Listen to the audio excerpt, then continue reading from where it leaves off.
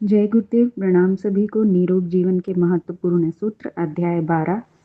Last topic में हमने पढ़ा था कि प्राकृतिक चिकित्सा के अनुयायियों के हिसाब से कैसे कपड़े हमें पहनने चाहिए जो हमारे शरीर के लिए अच्छे हैं।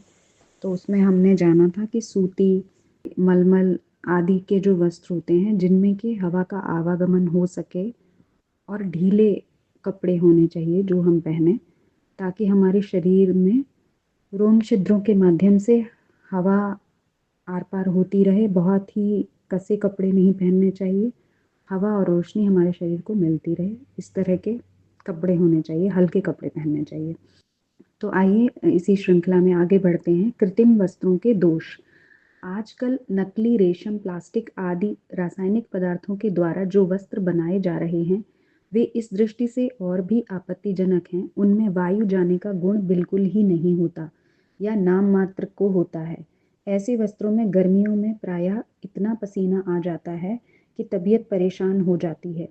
कितने ही तरह के कपड़ों का मसाला भी ऐसे दोषपूर्ण होता है कि उससे अनेक प्रकार के चर्म रोग उत्पन्न हो जाते हैं और स्वास्थ्य पर कुप्रभाव पड़ता है। प्लास्टिक के बने कलाई घड़ियों के स्ट्रैप के प्रयोग करने से कितने ही लोगों के हाथ में सफ़ेद दाग पड़ जाता है।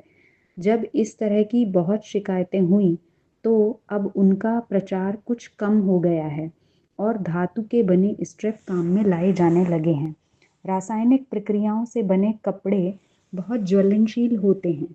वे जरा सी अग्नि की लौ का स्पर्श पाते ही भक से ही जल उठते हैं और फिर किसी तरह जल्दी नहीं बुझाए जा सकते।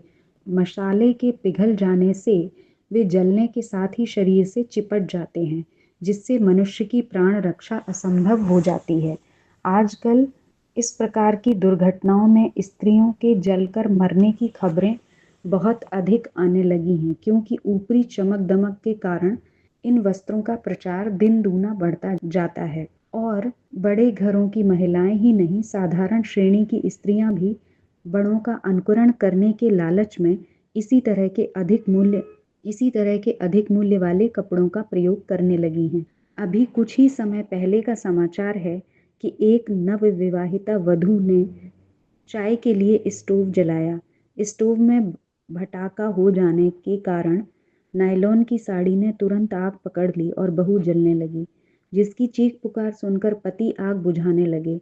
अभाग्यवश वह भी वैसे ही कपड़े पहने था और उनमें भी तुरंत आग लग गई। दोनों बुरी तरह जल गए और 2 दिन के भीतर दोनों का अस्पताल में देहावसान हो गया। तो आज के टॉपिक में हमने जाना कि जो कृत्रिम वस्त्र होते हैं उनका कितना दुष्प्रभाव पड़ता है अगर हम उन्हें पहनते हैं, क्योंकि उनमें वायु का आवागमन नहीं हो पाता है। प्लास्टिक या कृत्रिम रेशों से जो बने होते हैं उनसे कई बार चर्म रोग भी हो जाते हैं और दूसरा, अगर कभी आग पकड़ ले तो वो शरीर से चिपक जाते हैं, जिसकी वजह से प्राण घातक सिद्ध होते हैं।